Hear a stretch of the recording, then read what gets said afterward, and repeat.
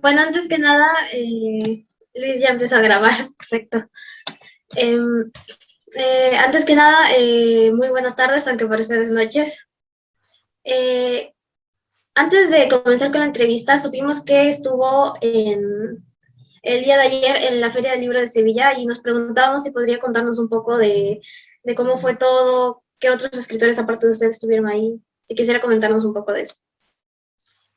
Bueno, la Feria del Libro de Sevilla comenzó el día jueves. La inauguró el escritor español Javier Cercas. Van a venir muchos escritores, sobre todo españoles, aunque estará la venezolana Karina Sáinz Borgo y el mexicano Juan Villoro, pero la mayoría de escritores que participan en las ferias del libro de Málaga, de Sevilla, de Valencia, etcétera, suelen ser escritores españoles.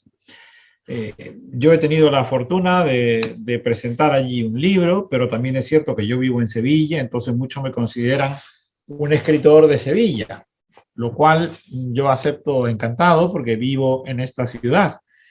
Y personalmente me fue muy bien, porque la presentación de mi libro pues atrajo a mucha gente, y luego cuando salí de la presentación a firmar ejemplares, pues también fueron muchos los ejemplares que dediqué a las personas que se acercaron a la caseta de la feria, y la verdad es que fue un día muy agradable, muy soleado, con muchísima gente entusiasmada por recuperar la actividad en una feria del libro, y eso es lo que yo les puedo decir.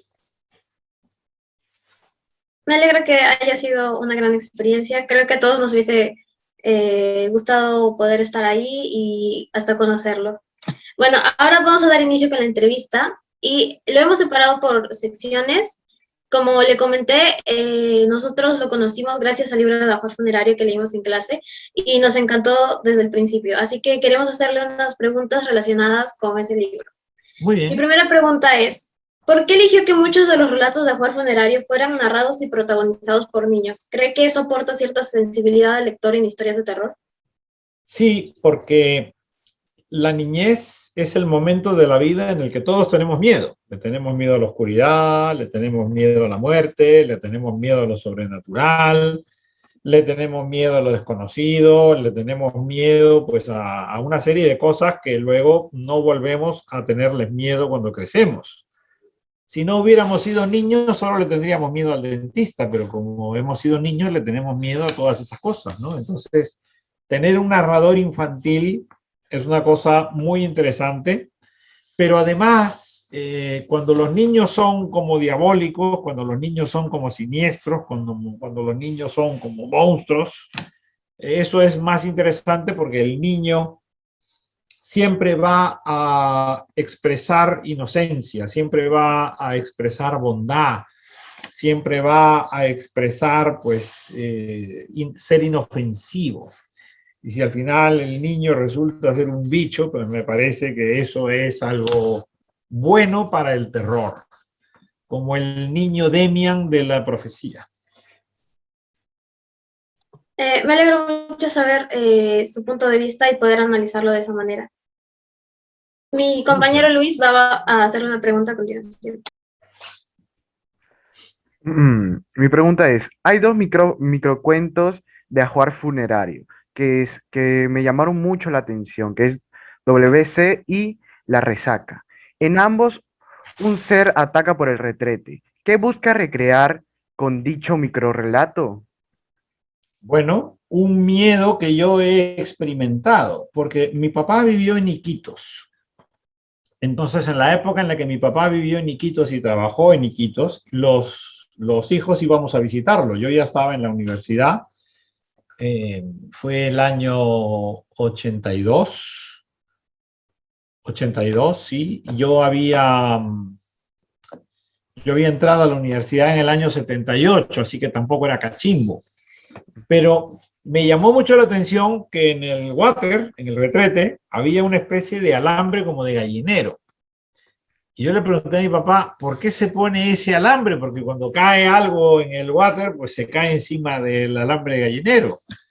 y me dijo, porque salen las culebras o salen las ratas. Entonces, claro, si tú sabes que estás yendo al baño y que puede salir de allí una rata o una culebra y morderte en un lugar vulnerable, pues a mí esa historia me dio un verdadero pánico y yo recuerdo que iba al baño con un palo, o sea que ya con eso te digo todo. O sea, es como que un miedo que ese miedo mismo lo puso en su cuento o más que todo Sí, lo... tú imagínate lo que significa que tú vas al baño y saber que de las entrañas de las tuberías puede salir algo y que morderte en el momento en el que tú menos te esperas que te va a morder alguien. en cualquier Entonces, momento. pero entonces la idea de que tú paras en un grifo de una carretera, de estas carreteras perdidas que tenemos en el Perú, y que estás ahí en el baño y no hay luz, no hay espejo, y que puede salir un bicho de esto de allí y que encima que sea como una foca que chapotea, pues me parece que da un efecto aterrador. Bueno, eso sería todo. La verdad me alegra que haya dicho esa pregunta porque, pues, más que todo me imaginaba algo así, pero no lo que dijo, no lo imaginaba. Yo ya creo que si tú vas a Iquitos no vas al baño, o sea que ya eso lo hemos arreglado. Bueno, ahora continúa mi compañera Lisbeth. Bueno, ¿me escucha? Ante todo, ¿me escucha? ¿Me Le escucha bien? escucha, escucha, Lisbeth, claro que sí. Ya. Bueno, mi pregunta es, en a lo mejor funerario no solo hay terror, sino que hay mucho humor negro. ¿Es para usted el humor negro una forma de desarrollar el terror? Sí, pero si haces mucho humor negro ya no hay terror. Entonces yo deliberadamente introduzco el humor negro para que alguien se espere que va a haber un final terrorífico y lo que hay es un final más bien de humor negro. A mí eso me gusta mucho más. Me gusta mucho más eso que dar miedo, porque creo que el humor es algo extraordinario y yo nunca renuncio a utilizar el humor en mis narraciones. Entonces yo creo que el humor negro es algo muy legítimo de los hispanohablantes en general y de los peruanos en particular. Ah, sí, lo mismo pienso. Bueno, de paso, mi compañero Jesús tiene otra pregunta. Buenas noches, creo que es por allá, ¿verdad? En Sí, Sevilla. aquí es de noche, Jesús. Buenas Sí, noches, gracias. ok. Buenas noches, señor Fernando. Bueno, mi pregunta sería, entre todos los monstruos que aparecen en Ajuar Funerario, ¿o hay uno que te salta más, que son los fantasmas? ¿Son los fantasmas tus favoritos para escribir esto?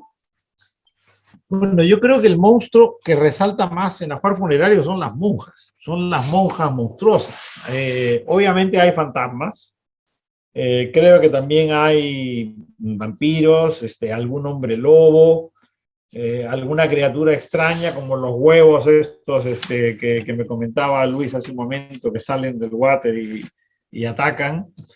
Pero el monstruo que yo me preocupé especialmente de inventar o de tratar de crear para este libro fueron las monjas. Unas monjas monstruosas, caníbales, asesinas, porque así como los niños inspiran supuestamente ingenuidad, inocencia, bondad, pues las monjas también deberían, entre comillas, pues representar todo eso, ¿no? La dulzura, el cuidado, la preocupación, y en cambio las monjas de mis cuentos son unos seres malignos y absolutamente canallas. Pero acepto que los fantasmas son importantes. Yo diría que lo sobrenatural es importante en el terror, lo fantástico. Lo fantástico como algo inexplicable, pero que al mismo tiempo es tan inverosímil que impresiona. Si no existiera lo fantástico, no funcionaría el terror. Y el Eh, fantasma es parte de lo fantástico, y el monstruo de Frankenstein es parte de lo fantástico, y la monja monstruo también es parte de lo fantástico. O sea, ¿usted considera que las monjas en sí son el principal miedo de casi todos los lectores? No, la monja es mi contribución a la literatura de terror, la monja monstruosa. El vampiro ya estaba inventado, el hombre lobo ya estaba inventado, la momia ya estaba inventada. Yo lo único que tenía que crear que no existía era la monja monstruo. Era como dejar su sello personal en su libro. Así es, mi aporte personal a la literatura de terror considero que es la monja monstruo. Bueno, si mal no recuerdo, usted nos dio un contexto histórico sobre el título de Ajuar Funerario en la introducción. Y mi pregunta es, ¿qué otro nombre hubiera elegido para el título del libro si no fuera Ajuar Funerario?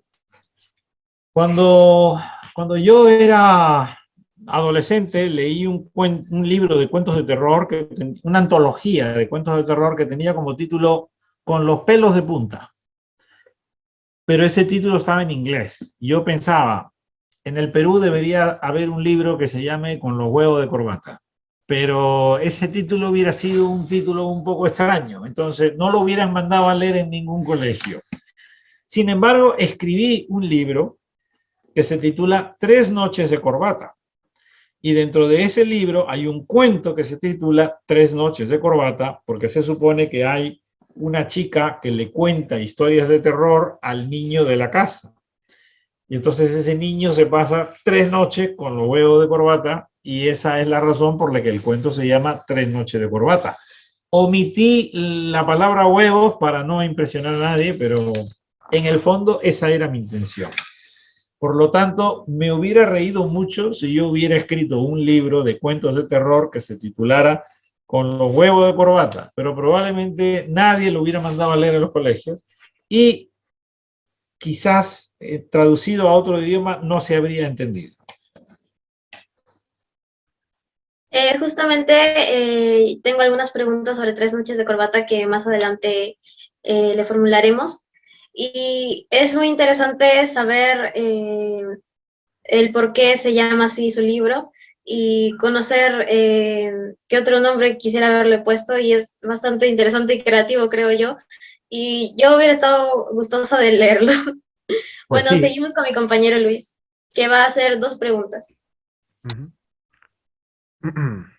En el libro Ajuar Funerario se recrea 3 versiones de la leyenda urbana de la chica del autostop.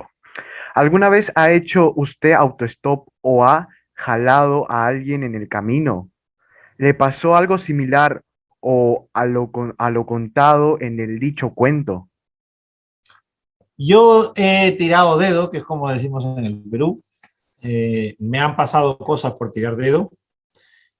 Curiosamente no en la sierra, curiosamente no en el interior del Perú, donde he tirado dedo y me han jalado y nunca me ha pasado nada. Me han llevado en un camión detrás, me han llevado en una camioneta pick-up.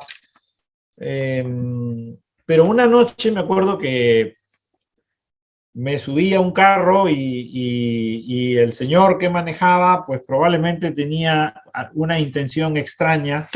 Probablemente era una especie de pederasta. Y yo lo que hice fue tirarme del carro en marcha, en la avenida Benavides, en Lima. Entonces, no iba muy rápido en ese momento, aproveché una especie de parada de semáforo y que arrancaba. Pero yo creo que en el Perú nos han pasado, y ojalá que a ustedes nunca les pase, pero yo he tenido secuestro express, en fin, y a mí me han pasado cosas. Entonces, yo siento que la leyenda urbana de la chica del autostop es algo muy manso comparado con las cosas que pasan en la vida real. A mí lo que me ocurrió, la edad que yo tenía cuando me ocurrió lo que estoy contando fue unos 15 años, más o menos. Pero, o sea, se lanzó por acá, o sea, yo sí conozco esa avenida, pero se lanzó, o sea, Sí, no, a la altura del rancho. Abrí la puerta y me tiré. pucha, y no solo, o sea, no se esperó Me, ningún momento. me raspé los brazos, las piernas. Ya digo que en ese momento estaba arrancando el carro. Entonces, no es que me tiré cuando iba a toda velocidad.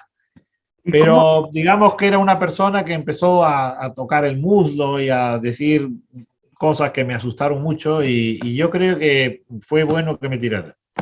Ahí se dio cuenta. Personalmente creo que fue bueno que me tirara. Ay, ay, Me alegra mucho que haya Me haya tirado. elegido hacer eso para prevenir que sucediera algo peor o cualquier riesgo. Y creo que esas cosas, como usted comenta, sí son comunes y espero que a ninguno de mis compañeros nos suceda algo así, pero en el caso de que sucediera, es bueno que todos estemos igual de listos o rápidos e inteligentes que usted para poder prevenir esas situaciones. Sí, lo que pasa es que yo creo que en verdad lo mejor es no tirar dedo. Es decir, porque finalmente, sobre todo la vulnerabilidad cuando uno es muy chico o a las chicas les puede pasar cualquier cosa. Entonces, también es cierto que te puede pasar en un taxi o te puede pasar en un ómnibus, pero creo que el transporte público siempre es un lugar donde te puedes encontrar con más gente y más fácil, ¿no? Pero yo creo que no estaba bien tirar dedo y era de noche, era tarde, yo tiraba dedo en Larco con Benavides y no es una buena idea. Entonces aprovecho que puedo contar que me pasó esto para que los compañeros escuchen y vean que pasan cosas malas, ¿no? Sí, de cualquier cuento, no importa el género literario que sea, siempre se puede extraer una moraleja. Así que ahora cada vez que leamos esa historia, vamos a recordar verlo también desde otra perspectiva, porque de todo se puede aprender algo. Sí, sí, sí, claro que sí. bueno, No, Luis tenía dos preguntas, esa era una. ajá. La segunda es, bueno, ya la había respondido hace un ratito con Jesús, porque dice, en ajuar funerario aparecen monjas, lobos y muchos zombies. Así que como las monjas en las pesadillas, ¿le tiene usted un pánico o aberración a la Iglesia Católica? No, no, lo que ocurre es que yo quería crear un personaje de terror y a mí me parece que como personaje de terror las monjas funcionan. Yo recuerdo que tenía un tío médico que cuando hacía guardias en el Hospital Loaiza, y era joven en esa época mi tío, o sea que esto sería en los años, pues no sé, 50 y pocos. Muchas enfermeras y muchos vigilantes del hospital decían que había que tener mucho cuidado con una monja que caminaba por la noche por el Hospital Loaiza. Entonces, mira, después de Crepúsculo, todos los vampiros son guapos, las vampiresas están guapísimas, entonces a esos vampiros no asustan, pues. Tú te encuentras con un vampiro de Crepúsculo y tú quieres que te muerda ya. Tú te encuentras con una vampira de Crepúsculo y tú quieres que te muerda ya. Ahora tú vas caminando por el Hospital Loaiza a las 3 de la madrugada y se te cruza una monja de esas y te da un susto de la patada. Entonces yo creo que la monja asusta más que el vampiro de Crepúsculo. Que yo no sé si en el Perú se llama Crepúsculo o se llama Twilight. ¿Cómo se llama? Se llama Crepúsculo. Crepúsculo. Ya. Y bueno, como usted dijo que le da más miedo una monja, bueno, dijo que a nosotros nos daba más miedo una monja que un vampiro, es cierto, porque la verdad que lo que dijo es muy acertado, de que Crepúsculo quitó el miedo a los vampiros, y no solamente a los vampiros, sino a los lobos, a los hombres lobos. La verdad que cada vez que veo Crepúsculo no me gusta, pues, porque me he visto el primer vampiro que, ¿cómo se llamaba? Se llamaba Nosferatu. Nosferatus. Y pues Ese es veo, un vampiro, ¿ves? Ese es un vampiro verdoso, calvo, avejentado. Ese es un vampiro respetable. Ya el vampiro de Crepúsculo, pues, metrosexual y todo eso no puede ser. y ver ese cambio enorme, pues a mí no me gustó, la verdad. Bueno, ahora va a continuar la pregunta de Tres noches de corbata. Antes de iniciar con mis dos preguntas sobre Tres noches de corbata, quería comentar que es genial que usted haya sabido adaptarse a eso, porque conforme transcurre el tiempo, todo va evolucionando, el terror también va evolucionando, lo que asustaba hace 50 años ya no asusta ahora de la misma manera. Entonces, que usted sepa adaptarse de esa manera para improvisar en sus cuentos es otra característica que lo hace el gran escritor que es. Muchas Y bueno, gracias. de nada. Vale. Y mi primera pregunta sobre Tres Noches de Corbata es, ¿cree que su libro Tres Noches de Corbata es una oportunidad para mantener vivas las leyendas peruanas? Ojalá que sí. Lo que pasa es que yo no sé si personajes como el Chuyachaki, el Yacuruna o el Tunchi son conocidos.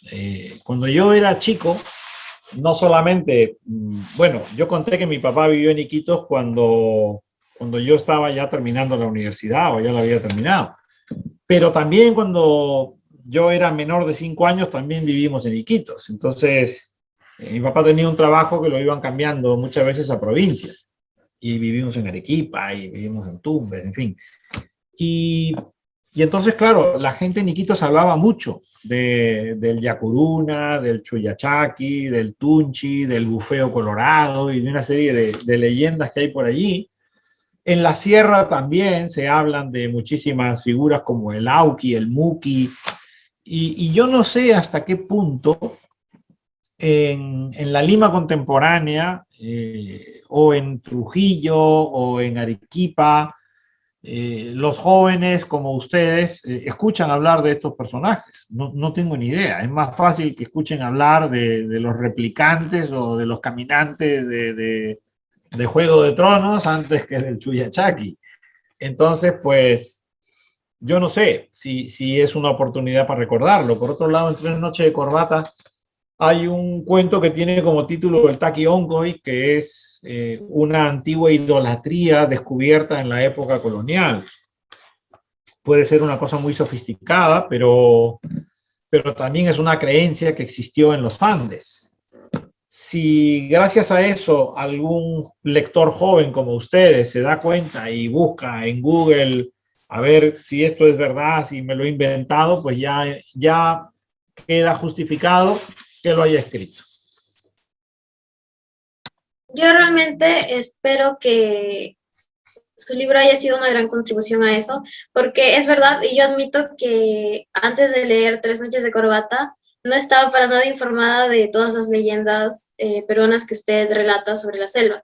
Tal vez conocía una, a lo mucho dos, pero gracias a su libro pude profundizar en esto y me gustó mucho porque nuestro país suele admirar muchísimo lo de afuera y, y pierde mucho su identidad cultural. Entonces, por ejemplo, como usted dice, podemos conocer mucho más, no sé, zombies de The Walking Dead Sí. o de Juego de Tronos y cosas así. Y es bueno que haya escritores como usted que se aferren a sus raíces nacionales y pueda contribuir escribiendo cosas sobre eso. Pues muchas gracias. Todos sabemos cómo matar a un zombie, a un vampiro, pero al Yacuruna no sabemos cómo cargarlo. Sí. Yo tengo familia en la selva, entonces gracias a ellos también he podido conocer un poco de las leyendas y la cultura de allá. Bueno, mi siguiente pregunta, aunque creo que ya nos informó un poquito al respecto, es ¿cómo logró utilizar perfectamente el dialecto de la selva? ¿Tuvo alguna influencia específica que lo ayudó? Bueno, conocía mucha gente de la selva, conocía mucha gente de Iquitos, había escuchado hablar en la selva a la gente, no solamente en Iquitos, también en Pucallpa. Entonces, el habla en general, todas las hablas me interesan. Me interesa cómo habla un argentino, me interesa cómo habla un mexicano, me interesa cómo habla un malagueño, un gaditano, un granadino o un sevillano. En la mayoría de mis libros yo intento reproducir el habla de los personajes que interactúan. Entonces, sí, yo reconozco que hay como una especie de placer cuando siento que puedo replicar el habla de un lugar determinado. Y creo recordar que en general en el libro de Tres Noches de Corbata hay cuentos como Mal Negro es el Congo o cuentos como Eco Yoruba, donde recreo el habla afroperuana. También hay algún cuento donde hay una librera uruguaya que está en una librería en Lima y juego con esa habla. También hay personajes japoneses que supuestamente hablan en castellano y trato de jugar con ese castellano a caballo entre, como si fuese un castellano traducido. Me gusta eso. Es genial que logre replicar también los diferentes dialectos o maneras de hablar de personas de diferentes lugares y ayuda muchísimo a meterse más en la historia, a identificar mejor al personaje y lo vuelve todo mucho más creíble y que un cuento o una historia te logra atrapar así es lo mejor de poder leer. Vamos a continuar con las preguntas generales, ya no separadas por secciones de sus libros. Pero antes quería decirle que la reunión quedan 7 minutos y que si podría unirse a otra después de esta. Sería Sí, nomás. sí. Gracias. Bueno, mi primera pregunta es, ¿cómo y por qué decidió combinar sus conocimientos de historiador con los de escritor, incluyendo así la historia en sus relatos de manera perfecta? Probablemente porque al haber estudiado historia tenía muchísimos argumentos en la cabeza. Entonces, si fuera médico, seguro que los episodios de los enfermos y otras historias clínicas las tendría en la cabeza. Entonces, yo creo que uno escribe sobre lo que sabe, sobre lo que conoce, y en mi caso, la historia me ha ayudado mucho. Hacer eso siempre es un gran recurso porque mientras más sepas sobre algo, más cosas puedes abarcar y te va a ser mucho más sencillo. Así que es genial que usted haya aprovechado ambos conocimientos y los haya mezclado. La siguiente pregunta la va a hacer mi compañero Luis. Bueno, la pregunta es, ¿sigue en pie su teoría del primer amor, perdón, perdón, mejor dicho, ¿sigue en pie su teoría de su teoría del primer amor, como la planteó en su libro, denominado Libro del Mal Amor? Pero ¿cuál era mi teoría del primer amor exactamente? La teoría era de que usted había dicho, por ejemplo, mire, que el amor no se trataba de una persona que se enamoraba de otra persona, sino de que la rechazara y de que la giliase y quisiese otras cosas para tratar de enamorarla. O eso Ya, fue lo que entendí. sí, digamos, más que una teoría, digamos que el personaje protagonista del libro de Mal Amor estaba equivocado porque pensaba que para enamorar lo que tenía que hacer era hacer todo lo que supuestamente le gustaba a las chicas de las que se enamoraba. Y esa era una estrategia absurda y condenada al fracaso porque ese personaje se empeñó en ser quien no era. Y cuando tú quieres ser quien no eres, eso canta mucho y al final no te hacen caso porque estás haciendo un poquito del ridículo. Entonces, lo mejor es ser uno tal como es, porque si alguien se va a enamorar de ti, mejor que se enamore de quien eres realmente y no de quien cree que eres, porque entonces la sorpresa es peor. Porque a lo mejor después se da cuenta que, o mejor dicho, como usted dijo, que se va a dar cuenta de que no es la persona que creía ser y a lo mejor viven siendo esposos o novios, pero viven infelices. Sin, Bueno, po- yo te aseguro, no te aseguro que no llegan a casarse, o sea que se nota rápidamente que eso no funciona.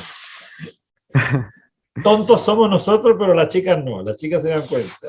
Si usted, si usted tuviera que publicar un libro de terror con otro autor, ¿con quién quisiera escribirlo y por qué? Bueno, hay un escritor español que se llama David Roas, que además lo conoce muy bien su profesor Gonzalo, y David escribe unos cuentos fantásticos y unos cuentos de terror muy buenos, tiene mucho sentido del humor, yo lo escribiría con él. Seguro que me río mucho escribiendo con David Roas un libro.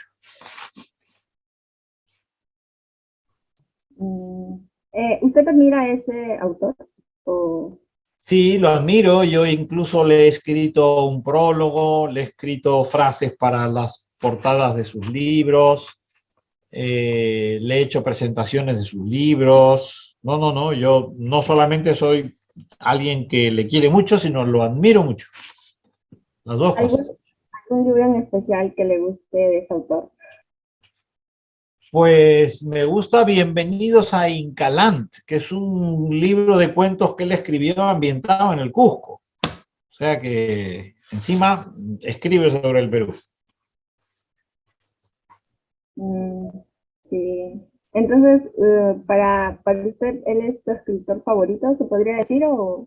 No, él es un escritor con el que tengo mucha complicidad. Es un escritor que para el género de terror yo creo que podríamos hacer cosas muy divertidas.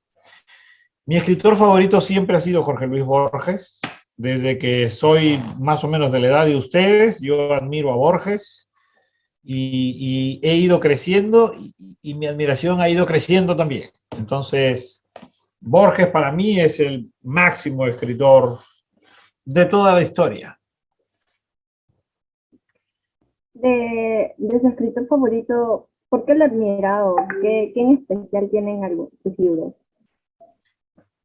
Pues a Borges yo no solamente lo admiro por su prosa, no solo lo admiro por sus cuentos, no solo lo admiro por su cultura, no solo lo admiro porque hablaba más de 8 idiomas, sino lo admiro porque era un lector tan extraordinario que gracias a Borges yo he aprendido a leer otra vez. Es decir, que yo siento que ser lector después de Borges no es lo mismo que ser lector antes de haberlo leído.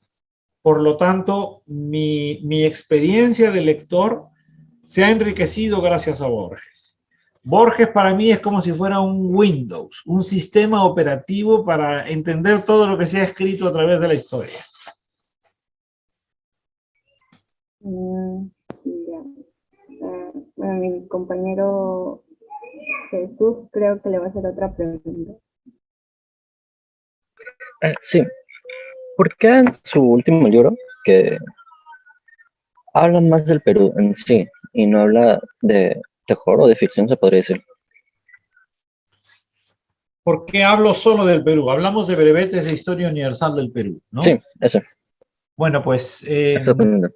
yo quería darme el gusto de escribir un libro que estuviera dirigido a lectores peruanos, a un lector a quien yo no tuviera que explicarle quién fue José Olaya, quién fue Tupac Amaru, quién fue Mariano Melgar.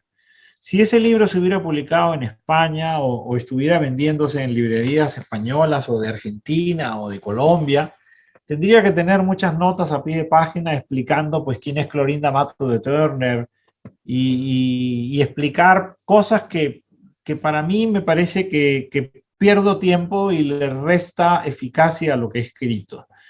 Yo quería escribir un libro pensando solo en un lector peruano y me parecía que era una manera de volver al Perú de una forma distinta. Cualquier libro que yo escriba y que se venda en el Perú, sí, estoy volviendo al Perú, pero aquí estaba volviendo al Perú desde las mismas historias que escribía. Entonces, si yo escribo una pequeña historia dedicada a Daniel Alcides Carrión, que todo el mundo en el Perú sabe que se inyectó la enfermedad de la verruga y murió, pues eso va a permitir que el lector peruano comprenda mejor cómo probablemente eso no fue una historia tal cual como nos la contaron, sino que probablemente hasta lo engañaron a Daniel Alcides Carrión y murió por culpa de un tipo de inoculación de la que nadie le explicó verdaderamente lo que le iba a ocurrir. Entonces, yo creo que ese era un libro pensado para un lector peruano. Sí, o sea, en sí, ese libro, el último que ha sacado, me parece, lo puedo decir como uno de los libros que más me ha gustado hasta ahora en ese momento. Tengo varios, pero en sí me ha gustado bastante de este año, porque luego de este año creo que ninguno más me ha gustado, solamente el de usted, que en sí me gustó muchísimo. En sí por la historia que usted maneja, que lo maneja en sí, con historiadores, que muchos peruanos lo conocemos por lo que hicieron, y por eso me gusta mucho este libro. Pues yo te doy las gracias, Jesús. Fíjate que yo creo que los peruanos conocemos esas historias, pero lo que no conocemos es la intrahistoria. Es decir, todos sabemos que Alfonso Ugarte se tiró del morro de Arica en la batalla del 7 de junio, la batalla de Arica, tan conocida por todos los peruanos. Lo que a lo mejor no sabíamos es que estaba de novio. Lo que mejor no sabíamos es que esa chica se terminó casando con otra persona. Lo que a lo mejor no sabíamos era que todos los años se hacía una ceremonia de homenaje a Alfonso Ugarte en la casa de esa mujer, que tuvo hijos y que tenía un marido, y todos los años una ceremonia de homenaje como si hubiera sido ella la viuda. Y en esa época, viuda era imposible que fuera, porque los novios, los enamorados, no tenían ningún tipo de convivencia hasta que se casaban. Y yo me puse a pensar en cómo habría sido la vida del marido de esa señora, cómo habría sido la vida de los hijos y las hijas de esa señora, toda la vida recordando a Alfonso Ugarte, un gran héroe. Nadie lo ponía en duda, pero al fin y al cabo no era el papá, no era el marido. Y entonces, a mí me parecía un drama muy humano, muy real. De la misma manera que me parecía muy humano y muy real que Silvia, la chica a la que Mariano Melgar le dedicaba todos sus poemas y que nunca le hizo caso, cuando Mariano Melgar murió, después de la batalla de Humachiri, y fue enterrado en el cementerio de Apacheta, y se descubrieron sus poemas dedicados a esa chica, yo me puse a pensar cómo se habrá sentido esa mujer durante toda su vida, sabiendo que ella era la destinataria de todos esos poemas. ¿Cómo se habrá sentido el marido de ella, que también era amigo de Mariano Melgar? Están los tres enterrados en el mismo cementerio, y yo creo que esas son historias que enriquecen lo que sabíamos. Una señora que se descubrió que había sido la última que vio a José Olaya con vida, y la llamaron para decirle por qué usted nunca contó esto, y la verdad es que para ella era un drama, porque ella vio a José Olaya torturado, ella vio a José Olaya cuando le habían dado golpes, cuando le habían arrancado las uñas. Ella no lo denunció sabiendo que iba a morir, y sabía que tenía esposa, sabía que tenía un niño pequeño. Entonces esa mujer vivió toda su vida con esa angustia. ¿Cómo iba a ir a contar? Yo vi a José Olaya. Eso lo hacemos hoy, que la gente cuelga todo en las redes sociales. Pero en el siglo XIX eso era un dolor muy grande en la memoria de esa mujer. Yo creo que la historia del Perú está llena de esas historias.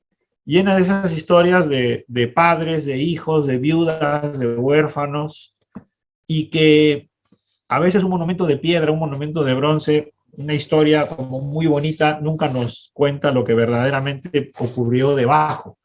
Y a mí me interesaba contar lo que había debajo. Sí, porque, o sea, muchos conocemos las historias de todos nuestros héroes, pero no sabemos la prehistoria que hay en ellos. Y por eso considero que que este libro que usted hizo es uno de los mejores. ¿Por qué? Porque en sí habla más, o una, un tiempo futuro, qué pasó con sus familiares, con sus hijos, y siempre es como que todos nos preguntamos lo mismo, tipo, ¿qué habrá pasado los hijos de Miguel Grau y tipo de todos ellos? Pues tú Por eso, fíjate, Miguel Grau tenía dos hijos, a uno lo asesinaron. A uno lo asesinaron después de un mitin político, y al otro lo deportaron, y no le permitieron volver al Perú. Lo deportaron a Chile, además. Y la esposa de Grau tuvo que irse a Chile a acompañar a su hijo, donde murió. O sea, yo no quise contar esto de Grau porque me parecía que no era a lo mejor la historia que yo quería que estuviera en el libro, ¿no? Pero son historias tristes. La viuda de Bolognesi, que tenía una carta de Francisco Bolognesi donde le decía a quién tenía que pedirle la pensión si él moría. Él sabía que iba a morir, y por supuesto no se la dieron. Estas cosas son terribles, y a lo mejor contarlas habría parecido una denuncia. Yo prefería contar la historia de Daniel Alcides Carrión, porque historias como la de Daniel Alcides Carrión a lo mejor se están repitiendo muchas veces. Tratar mal a la gente de la sierra, tratar mal a alguien indefenso, tratar mal a una persona que no se puede defender. La historia de Bolognesi y de su mujer, su viuda, sus hijos es un poco distinta, pero no deja de ser dura, trágica, ¿no? Pero por desgracia, Jesús, nuestra historia está llena de estas estampas, ¿no? Terribles. Sí, la verdad es que sí. Bueno, ahora le daré pase a mi compañera Micaela para que le haga otra pregunta. Antes de continuar con mi pregunta respecto a todo lo que nos ha dicho sobre su último libro, yo pienso que no solo es una oportunidad de conocer muchas cosas que no sabíamos sobre esos personajes históricos, sino que también nos da la oportunidad de identificarnos de cierta manera más con ellos, de verlos desde una perspectiva un poco más humana, que no solo como un héroe, un personaje histórico de hace muchos años con el que tal vez nunca tengamos nada en común, pero usted muestra otra parte de ellos, de sus vidas, y es más fácil identificarnos de esa manera, y sobre todo al usar personajes que ya conocemos, personajes históricos de nuestro país, se crea una mayor relación con el lector al leerlo. Y yo también pienso que es un libro increíble. Pues muchas gracias, Micaela. Mi siguiente pregunta es, si no fuera un historiador, ¿cree que igualmente hubiese abordado temas o datos históricos en sus relatos en alguna oportunidad? Y si lo hacía, ¿cree que hubiese habido algún cambio muy notorio en su manera de escribir estos? Pues a lo mejor si no hubiera sido un historiador, no sé si habría sido escritor. Es decir, yo estudié historia descartando. Yo hubiera querido ser músico, luego me hubiera gustado tener una carrera que nunca supe que existió hasta que ya terminé la mía. Me habría gustado ser etólogo, que es el que estudia el comportamiento de los animales en libertad. Pero yo no conocía esa carrera cuando estaba en quinto de media o en cuarto de media. Me hubiera gustado ser artista plástico, pintor, pero tampoco me atreví, porque era una época en la que los papás nos decían, tienes que elegir bien tu carrera, de qué vas a vivir, y entonces yo fui descartando, y la historia fue como la cuarta, quinta opción, porque yo siempre pensé, si yo estudio historia voy a poder hacer todas las cosas que estoy en este momento renunciando a hacerlas.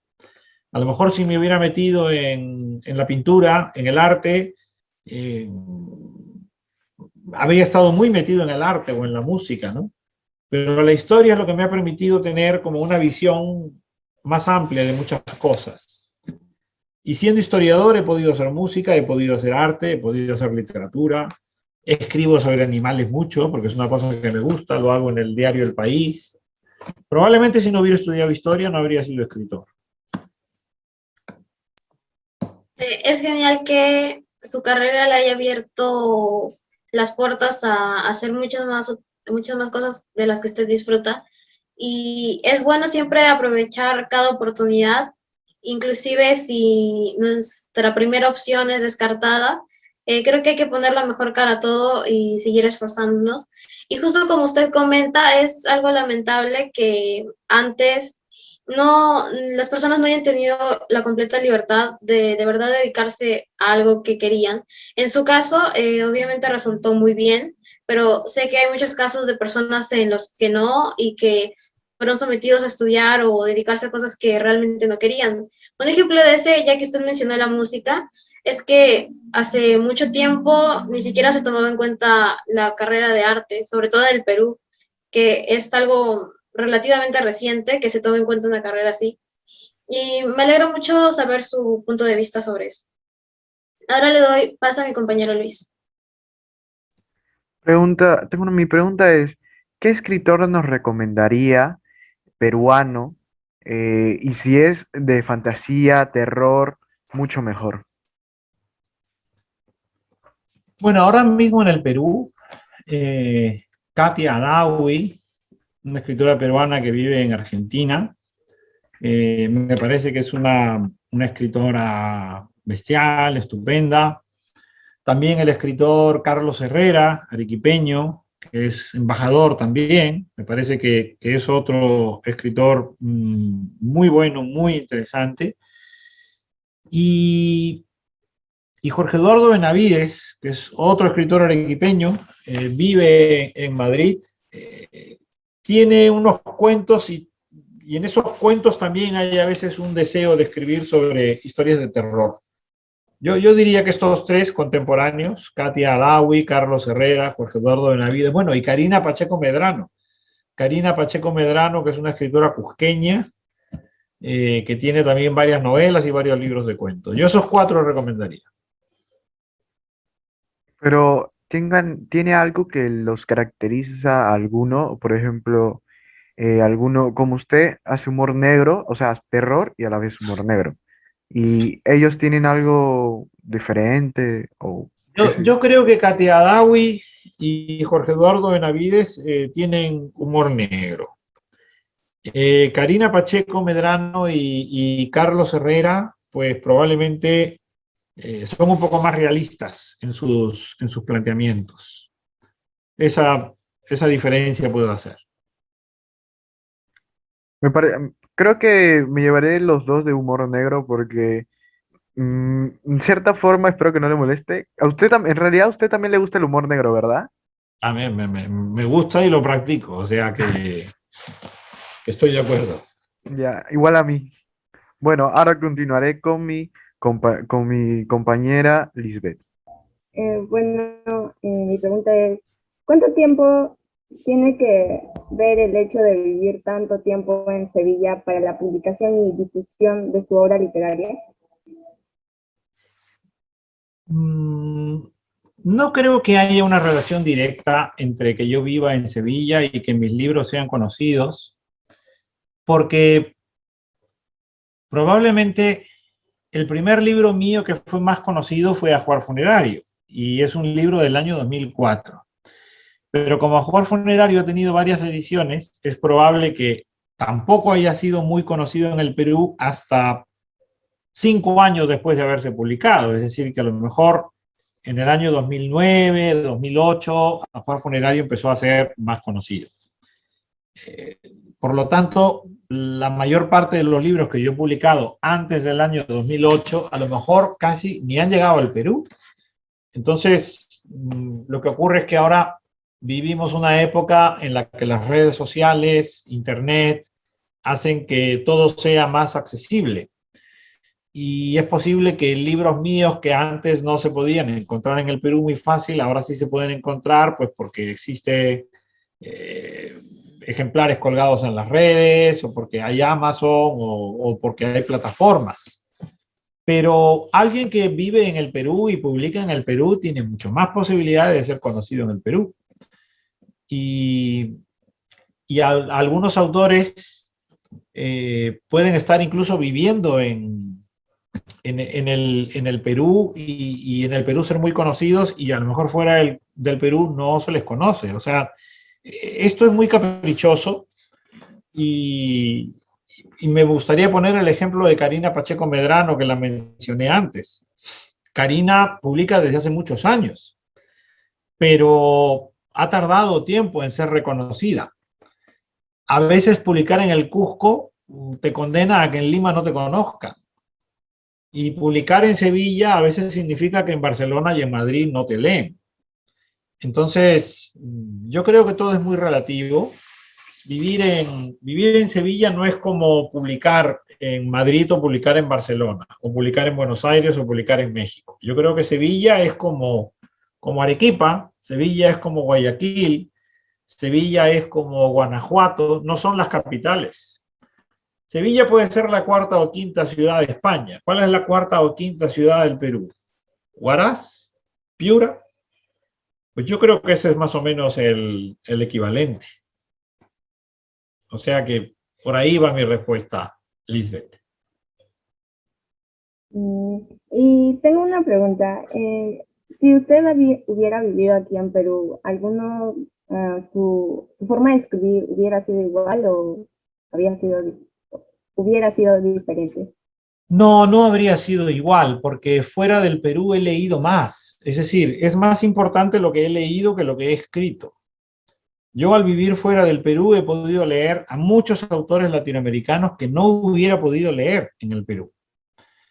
Incluso había libros de Vargas Llosa o de Julio Ramón Ribeiro o de Alfredo Bryce que yo no podía comprar en el Perú, porque como eran libros que se imprimían en Barcelona o se imprimían en Colombia, al Perú llegaban carísimos y no te los podías comprar.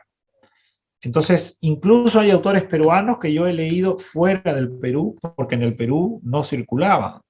Y he leído mexicanos, he leído argentinos, he leído chilenos, he leído colombianos.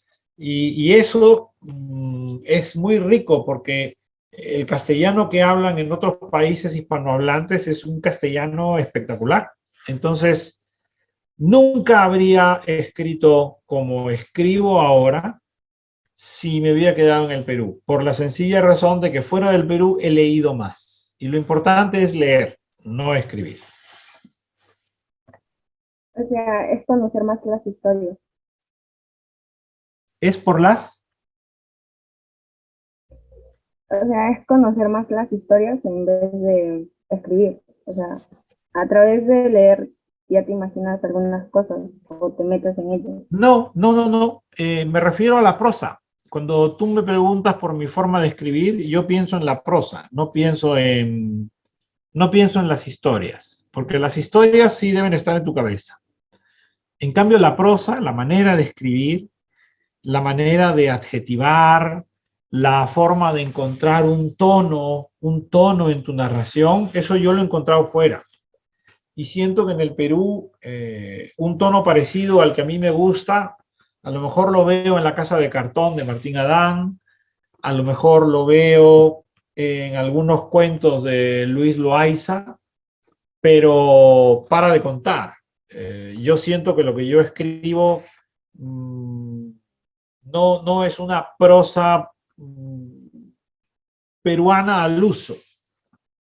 Y la prosa peruana al uso, pues, es la de Vargas Llosa, es la de Ribeiro, es la de Santiago Roncagliolo, es la de Alonso Fueto, escritores que yo aprecio y quiero mucho, pero que tienen una escritura distinta. Y siento que mi escritura es una escritura de alguien que lee sobre todo a los poetas. A mí me interesa mucho leer poesía, me interesa mucho leer ensayo. No me fijo tanto en la escritura de la narrativa.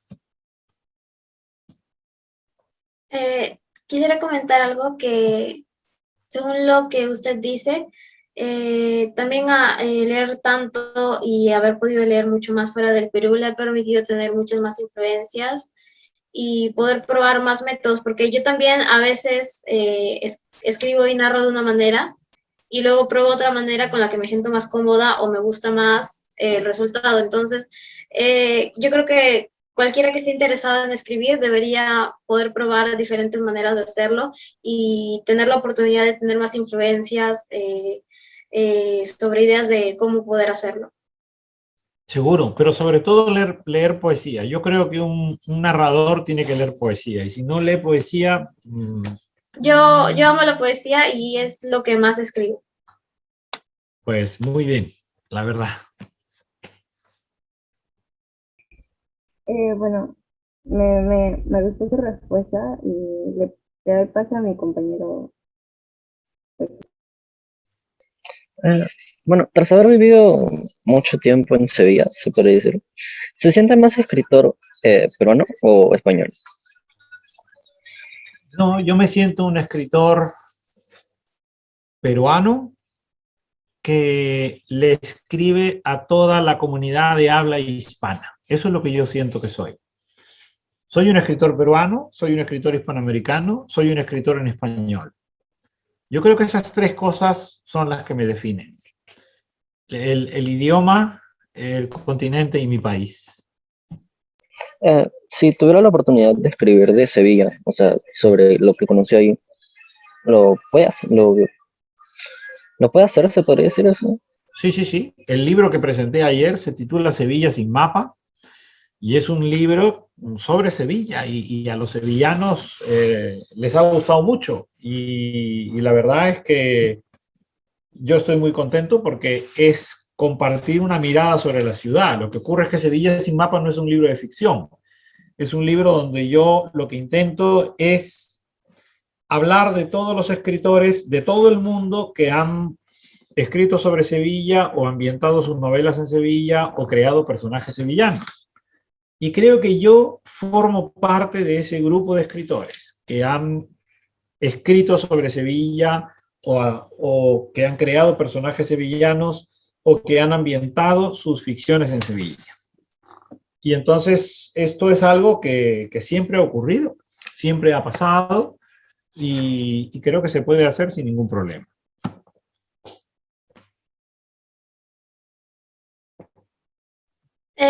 Quería hacerle una pregunta rápida porque gracias a lo que dijo se me generó una duda y tengo curiosidad por saber, ya que usted dijo que las personas de Sevilla recibieron muy bien su libro acerca de Sevilla, quisiera saber, ¿qué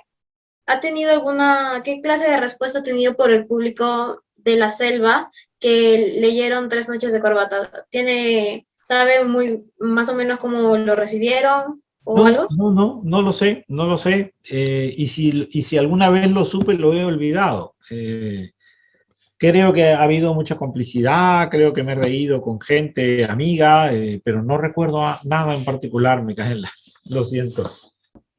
Eh, Voy a continuar con mi pregunta, que es, ¿por cuál tipo de monstruo le gustaría ser perseguido? ¿Zombie, hombre lobo o vampiro? Hombre vampiro, porque si el vampiro me atrapa, viviré eternamente, pero si me cogen los otros dos, yo creo que no la cuento. O sea que mejor ser vampiro que no ser nada. Y porque el zombie es una criatura reñida con la lectura, o sea que yo prefiero ser un vampiro, se puede pasar leyendo toda la eternidad y ya está. Claro, porque el zombie no puede razonar y solamente se guía de caminar y bueno, de la cosa algo simple, conseguir alimento, comida. Sí, Y sí, sí, pues, eso ya lo he vivido, eso ya me ha pasado. bueno, y supongo que el hombre lobo, supongo que para que una persona, no sé, ahora que lo pienso, no sé cómo un hombre lobo se convierta en hombre lobo. Creo, no lo, Tiene que ser mordido, tiene que ser mordido. Eh, pero también el hombre lobo te puede destrozar, o sea que mejor vampiro, mejor vampiro. pero también el vampiro podría también comerte y matarte también. Bueno, pero lo normal es que te chupen todo y ya está, que después tú despiertas vampiro y ya Pues, estás instalado en ese otro lado. en realidad tiene mucha razón de ser vampiro, la verdad.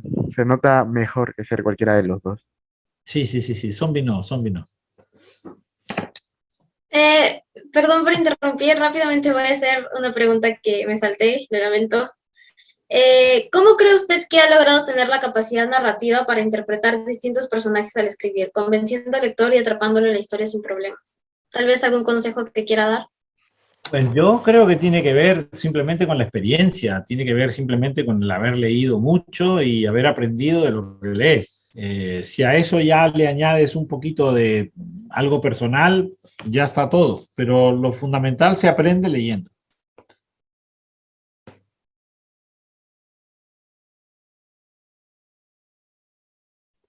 Sí, y yo concuerdo con usted. Hay que leer mucho o cada vez obtener más experiencia para poder mejorar nuestras habilidades como escritores. Pues sí. Eh, ¿Por qué usted ya no ha vuelto a publicar cuentos de terror? ¿Considera que ya se agotó este tema? O sea, el TP. No, lo que ocurre es que yo no me convierto en un especialista de nada. Es decir, yo quería escribir cuentos de terror, ya sé que puedo, ya está. Yo quería escribir cuentos eróticos, ya sé que puedo, ya está. Yo quería escribir, pues no sé, unos cuentos como los de Inquisiciones peruanas, ya lo hice, perfecto, ¿no? Entonces, no es eso de que yo quiera ser el escritor de este tema, sino que a mí me gusta ir cambiando. Y como ya sé que puedo hacerlo, pues ya está. O sea, se podría decir que le gusta variar los temas en sus libros. Sí, me gusta, me gusta. Creo que lo que permanece es un poco el humor, el sentido humorístico, pero por lo demás cambiar siempre. Para finalizar la entrevista, le voy a hacer dos últimas preguntas. Esto es una pregunta que se me ocurrió y me genera bastante curiosidad su respuesta. Si pudiera escribir bajo el nombre de otro autor, ¿quién sería ese autor? Puede ser vivo o muerto. Le doy un ejemplo. Por ejemplo, si yo quiero escribir bajo el nombre de Stephen King, como si fuera Stephen King, y decido publicar un cliché romántico. ¿Usted, bajo el nombre de qué escritor, escribiría si pudiera escribir, por ejemplo, en una semana? ¿Y qué publicaría bajo el nombre de ese autor? Pero tendría que ser un seudónimo de un autor conocido y luego escribir una obra que no tenga nada que ver con el género de esos autores. No, usted puede decidir qué escribir, si quiere seguir y imitarlo o si quiere escribir algo completamente aleatorio.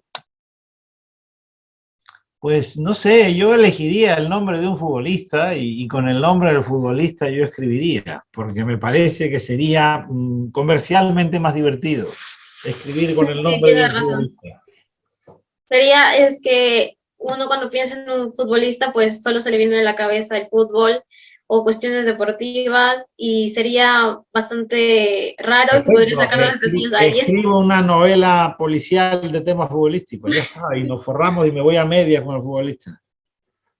Mi última pregunta, para poder cerrar todo, es si tiene alguna frase favorita, tal vez alguna que se repita en el día a día o que le guste recordar y para poder decirnos y contar sobre eso. Puede ser de usted mismo o puede ser de otro autor. Bueno, a mí me gusta mucho una frase de Groucho Marx que dice, no puedo decir que no estoy de acuerdo contigo. Y eso deja siempre a la gente desconcertada. Sí, sí, entiendo el efecto que causa. Bueno, de verdad, muchísimas gracias por su tiempo y por concedernos esta entrevista. Todos aquí lo admiramos muchísimo. Nos alegra poder haberlo conocido de esta manera, poder conocer mucho más sobre usted, sacarle un par de anécdotas, saber su manera de pensar y sus opiniones sobre muchas cosas. Así que muchísimas gracias por esta experiencia. En lo personal ha sido una de las mejores que he tenido. Pues Micaela, Lisbeth, Jesús y Luis, el placer también ha sido mío y les deseo que terminen los estudios muy bien, que pasen unas fiestas bestiales y que se diviertan mucho con sus compañeros y sus profesores. Igualmente, Muchos Fernando. recuerdos a Gonzalo de mi parte. Gracias. Muchas gracias. Muchas gracias. Muy Muchas bien, gracias. chicos. Estoy Chao, muy chao. feliz de estar con usted. Hasta luego. Lo mismo Hasta digo. luego. Chao, chao. Cuídese.